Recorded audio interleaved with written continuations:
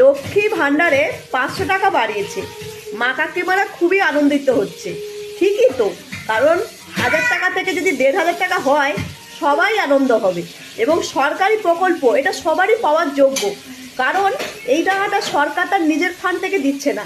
কোথা থেকে দিচ্ছে? আপনার আমার সাধারণ মানুষের ট্যাক্সের টাকা থেকে। এবং গ্রামগঞ্জে মহিলাদের কাছে এই 1500 টাকাটা অনেক গুরুত্বপূর্ণ।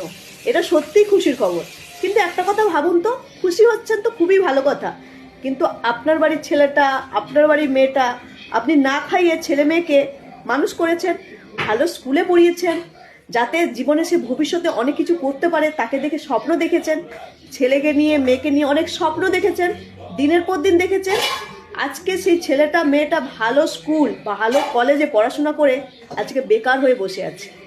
বেকার কেউ হয়েছে বা কারোর বাড়ির ছেলেটা পড়াশোনা করছে। এবার ভাবুন, আপনি খুশি হলেন, আপনার ভাতা বাড়লো, কিন্তু আপনার ছেলেটা কর্মবিমুখ হলো। এই রাজ্যে কোনো কাজ নেই, যেতে হলে করতে হলে অন্য রাজ্যে যেতে হবে, বা এই রাজ্যে যদি থাকে তাকে বেকার হয়ে বসে থাকতে হবে। মেয়েটা যদি পড়াশোনা করে ভালো জামাই জুটবে না, কারণ এ রাজ্যে কাজ নেই, একটা সরকারি চাকুরি নেই। আপনাকে বেকার ভাতা আলা ছেলেকে দিতে হবে, যে কিনা মাসে 1500 টাকা পাবে, যা দিয়ে নুন ভাতও হবে না। চালের দাম 60 টাকা কেজি, বুঝতে পারছেন? আর ছেলেটা তো বিয়েই হবে না, কারণ প্রচুর ছেলে আছে বিয়েই করতে পারেনি, চাকরি পায়নি বলে। কারণ তো কাজ পায়নি, তো একটার পর একটা জেনারেশন পুরো কর্মবিমুখ হয়েছে। আপনারা খুশি হচ্ছেন, তাতে কোনো অসুবিধা নেই, কিন্তু আপনারা ভাবুন রাজ্যটা কোন রসাতলে পৌঁছেছে। বাজেটের নামে ভাতা দিচ্ছে, ভিক্ষা দিচ্ছে। কেন ভিক্ষা দেবে? আমরা কাজ করতে পারি না?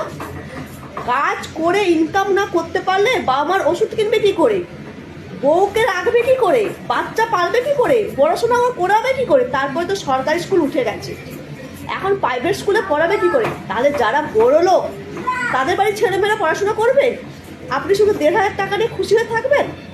একবার ভেবে দেখবেন, খুশি হচ্ছেন কোনো খারাপ নয়, অবশ্যই ভালো, ভাতা দেওয়াও ভালো, তার সঙ্গে সঙ্গে যেন কর্ম দেয়, কাজ দেয়, শিল্প আনে। সেগুলো তো কিছুই করছে না।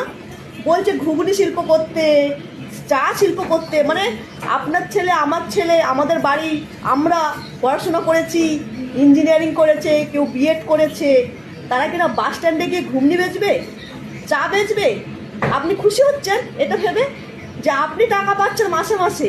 আপনার ছেলে বিএ এমএড করে লাখো লাখো টাকা খরচা করেছেন পড়াশোনার পেছনে, কিন্তু কোনো চাকরি নেই, বেকার হয়ে বসে আছে। একবার ভেবে দেখবেন, টাটার মতন শিল্পকে তাড়িয়ে দিয়েছে। একটা কোনো শিল্প এনেছে বলুন দেখি? একটা কোনো শিল্প আছে? আজকে যে কলেজ মোড়, বিভিন্ন সেক্টর 5-এর যে আইটি সেক্টরগুলো আছে, এগুলো কে এনেছিল? সিপিএম সরকার এনেছিল। তারা এনেছিল বলে আজকে এখানে আইটি সেক্টরগুলো আছে। হ্যাঁ, তারা কম্পিউটার প্রথমে জ্যোতি বসুর আমলে কম্পিউটার আনতে চায়নি, ইংরাজি শেখাতে চায়নি, তখন সেটা নিয়ে লোকে অনেক কথা বলে। কিন্তু এটা তো বলুন, স্কুলগুলো তো চলছিল, সরকারি স্কুল ছিল, যেখানে আমাদের মতো মানুষরা, গরিব বাড়ির ছেলেমেয়েরা পড়াশোনা করেছি। এখন সরকারি স্কুলই বন্ধ হতে চলছে। যদিও কিছু শিক্ষক নিয়োগ হয়েছিল, সেটা দুর্নীতি, চোররা আর যোগ্যরা ধর্মতলায় বসে বসে দিনের পর দিন মাথা করেছে, পুলিশের হাতে মার খেয়েছে। এইবারে ভাবুন না, ফুল মার্কস পেয়েও চাকরি পায়নি। এইসব ছেলেমেয়ের জীবন তো লাশ হয়ে গেছে, বেকার ছেলেমেয়েদের লাশ হয়ে গেছে। একবার ভেবে দেখবেন মা কাকিমারা, আপনাদের এই প্রকল্প কেউ বন্ধ করবে না, সরকারি প্রকল্প কেউ বন্ধ করবে না। যেই আসবে তাকেই দিতে বাধ্য, কিন্তু যারা কাজ নিয়ে আসবে, যারা শিল্প নিয়ে আসবে, তাদেরকে দিতে হবে আমাদের ভোট। বুঝতে পারছেন? তাদেরকেই ভোট দিতে হবে। তবে অন্য কেউ এলে যে তারা আনবে সেটা কিন্তু সম্ভব নয়, কিন্তু চেঞ্জ করতে হবে আমাদেরকে। চেঞ্জ না করলে একই রকমভাবে চুরি হারি তোলাবাজি চলতে থাকবে।